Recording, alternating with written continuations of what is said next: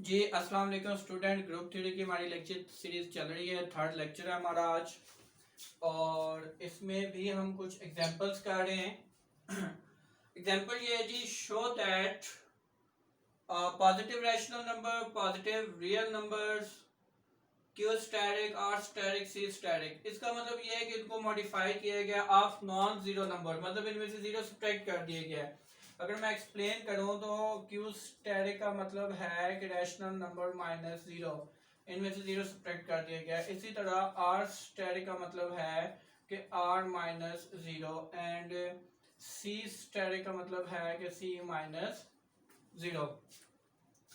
तो show that Q plus Q R plus Q static R static C static of non-zero number under multiplication are group। जब भी आपके पास binary operation multiplication का आता है ना, तो आपने सबसे पहले जीरो फाइंड करना है, ग्रुप में जीरो है या नहीं।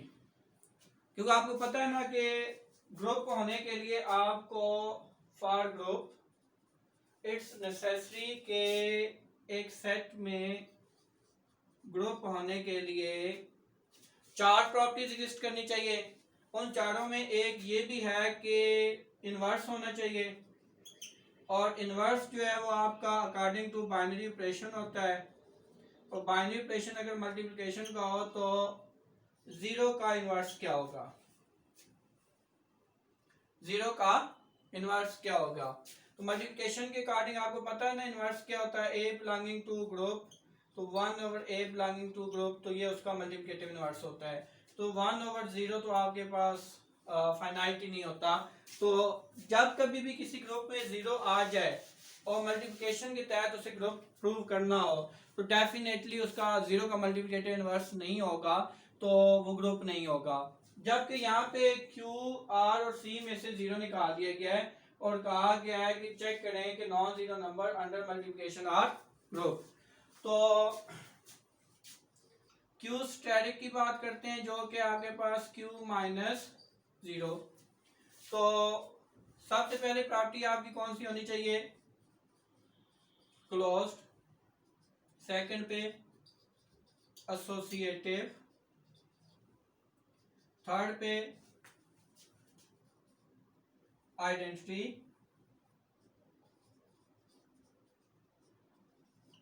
और फोर्थ पे मल्टीप्लिकेटिव इनवर्स। और बिलियन ग्रुप का नहीं कहा गया, तो हम ये चारों देखते हैं। क्लोज की बात करते हैं जी। रैशनल नंबर क्लोज होते हैं 1/2 मल्टीप्लाई 1/3 1/6, ठीक है ना। दो रैशनल नंबर लिए मैंने, उनका प्रोडक्ट किया तो वो फिर एक रैशनल नंबर आ गया। नॉन जीरो रैशनल नंबर्स की बात हो रही है।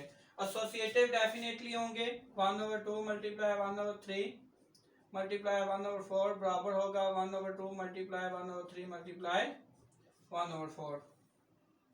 आइडेंटिटी की बात करते हैं, तो मल्टीप्लिकेटिव आइडेंटिटी हमेशा वन होती है, ये याद रखिएगा। एडिटिव आइडेंटिटी ये हमेशा जीरो होती है, मल्टीप्लिकेटिव आइडेंटिटी हमेशा वन होती है। इसी तरह एडिटिव इनवर्स जो है वो हमेशा नेगेटिव ऑफ दैट होता है, और मल्टीप्लिकेटिव इनवर्स जो होता है 1/that होता है, जो भी नंबर होता है। तो एडिटिव यहाँ पे मल्टीप्लिकेटिव आइडेंटिटी है, क्योंकि ऑपरेशन हमारा मल्टीप्लिकेशन का है। ये उसने हमें कहा था कि अंडर मल्टीप्लिकेशन, ठीक है। मैं ये लिख लेता हूँ कि हम चेक कर रहे हैं किसको, हम क्यू स्टैटिक को अंडर मल्टीप्लिकेशन चेक कर रहे हैं, क्यू स्टैटिक अंडर मल्टीप्लिकेशन। यहाँ स्टैटिक का मतलब वो बाइनरी ऑपरेशन नहीं है, यहाँ स्टैटिक का मतलब है कि ये मॉडिफाई किया हुआ है, सेट इसमें से माइनस सब्ट्रैक्ट किया और जीरो सब्ट्रैक्ट किया हुआ है। ओके, तो वन रैशनल नंबर है, तो वन बिलोंगिंग टू क्यू जो है स्टैटिक, वो आपकी आइडेंटिटी हो जाएगी। अब मल्टीप्लिकेटिव इनवर्स अगर आप देखते हैं, तो for all p over q belonging to q static there exists 1 over p over q, जो कि हो जाएगा q over p बिलोंग करेगा q static में। तो तो इसका मतलब है कि 2/3 का मल्टीप्लिकेटिव इनवर्स क्या हो जाएगा, 3/2। जिनको हम मल्टीप्लाई करेंगे तो हमारे पास मल्टीप्लिकेटिव आइडेंटिटी आ जाएगी। इसका मतलब है कि ये क्लोज्ड है, एसोसिएटिव है, आइडेंटिटी भी है और मल्टीप्लिकेटिव इनवर्स भी इसी में है। इसी तरह अगर आप आर स्टेरिक की बात करते हैं अंडर मल्टीप्लिकेशन की, और जबकि आपको पता है कि आर स्टेरिक आपके पास किसकी इक्वल है जी, r-0 की। तो क्लोजर की बात करते हैं जी, क्लोज्ड, तो डेफिनेटली कोई से दो रियल नंबर आप उठाएं, उनको मल्टीप्लाई करें तो आपके पास एक रियल नंबर ही रिटर्न होता है। तो इसका मतलब है कि ये positive non zero real number, इनको हम क्या बोलेंगे, non zero real number closed होते हैं। एसोसिएटिव की बात करते हैं जी, तो 2 टाइम 3 टाइम 4 बराबर होता है 2 टाइम 3 टाइम 4। ये इधर लिखी जाती है, इधर चलें, इससे कोई फर्क नहीं पड़ेगा। आइडेंटिटी की बात करते हैं, तो ऑपरेशन कौन सा है, मल्टीप्लिकेशन का। तो definitely 1 belonging to R steric, ये आइडेंटिटी होगी। किसी भी नंबर को 3 को 1 से मल्टीप्लाई करें, लेफ्ट से या राइट से, आंसर 3 आता है। और मल्टीप्लिकेटिव इनवर्स की बात करते हैं जी,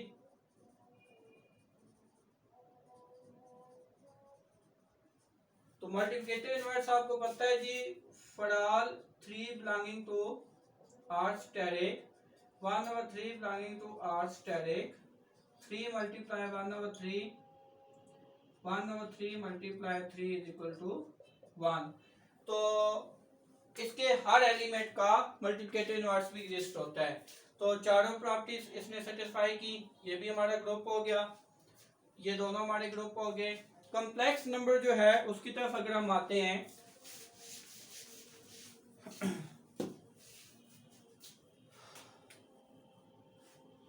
नॉन जीरो कॉम्प्लेक्स नंबर्स की बात हो रही है। सी स्टेरिक का मतलब क्या है जी, कॉम्प्लेक्स नंबर्स में से जीरो सब्ट्रैक्ट कर दिया गया है।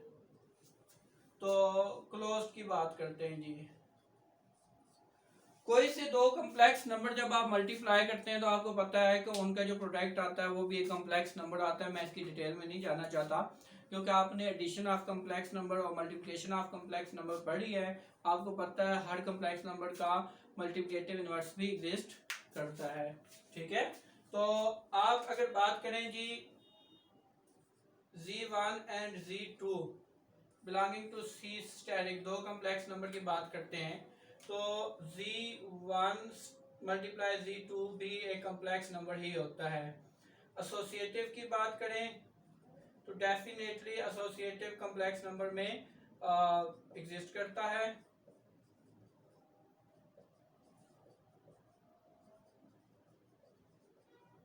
नेक्स्ट हम बात करते हैं आइडेंटिटी की, तो मल्टीप्लिकेशन के हिसाब से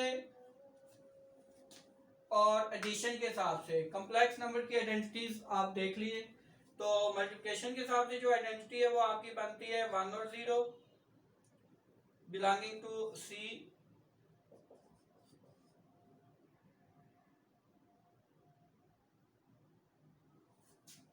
तो इसकी आइडेंटिटी एलिमेंट भी एग्जिस्ट हो गया। अब मल्टीप्लिकेटिव इनवर्स की बात करते हैं,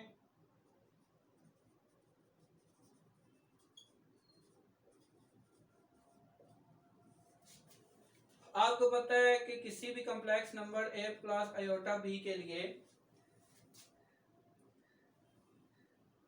a over a square plus b square और b over a square plus b square, ये इसका मल्टीप्लिकेटिव इनवर्स होता है।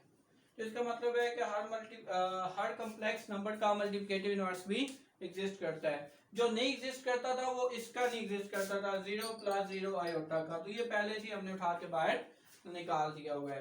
तो इसका मतलब है कि कॉम्प्लेक्स नंबर जो हैं क्लोज भी होते हैं, कोई से दो का मल्टीप्लिकेशन ले तो कॉम्प्लेक्स ही आती है, एसोसिएटिव है उसमें आइडेंटिटी अंडर मल्टीप्लिकेशन आती है, 1 प्लस 0 आयोटा जिसे आप कह सकते हैं, और उनका मल्टीप्लिकेटिव इनवर्स भी एग्जिस्ट करता है। तो ये हमारी तीनों एग्जांपल्स होगी। नेक्स्ट हम दो और एग्जांपल्स हैं हमारे पास, अगर उनकी तरफ हम जाते हैं,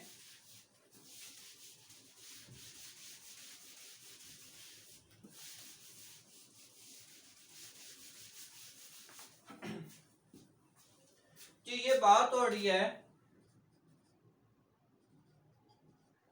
तमाम रियल मैट्रिसेस जिनका ऑर्डर m क्रॉस n है, ये उनका एक सेट है। ये एक सेट है जिसमें तमाम m क्रॉस n ऑर्डर के मैट्रिसेस हैं और सारे रियल एंट्रीज के हैं। तो वो कहता है कि of all m cross n matrices under addition is group also abelian. In short आपके पास जो सेट है वो m cross n order matrices का है, आपने शो करना है कि वो अंडर एडिशन ग्रुप है। तो बाइनरी ऑपरेशन एडिशन का रख के हम ऑर्डर पेयर बना लेते हैं, चेक करते हैं अंडर एडिशन ग्रुप है या नहीं। तो क्लोज प्रॉपर्टी देखें जी, let A and B belong कर रहे हैं जी m क्रॉस n आर से। ए और बी दोनों m क्रॉस n ऑर्डर के दो मैट्रिसेस हैं। तो आपके पास जो सम इनका आएगा a plus B is equal to sum c। तो अगर इसका ऑर्डर m क्रॉस n है, इसका ऑर्डर m क्रॉस n है, तो इसका ऑर्डर भी m क्रॉस n होगा। तो ये बिलोंग कर जाएगा इस सेट में। आपको पता है ना एडिशन के लिए order of both group should be same. दोनों ग्रुप मैंने कह दिया, सॉरी मैट्रिक्स, दो मैट्रिसेस का अगर ऑर्डर सेम है तो उनको ऐड किया जा सकता है। ये 9th क्लास में आपने मैट्रिसेस में पढ़ा था।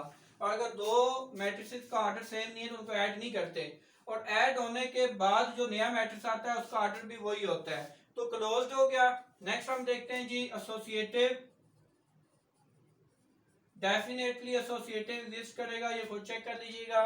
उसके बाद हम आते हैं आइडेंटिटी की तरफ।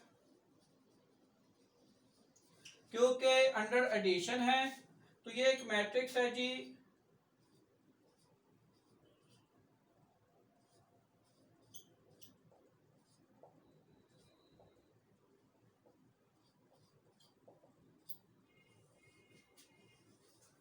m क्रॉस n ऑर्डर का।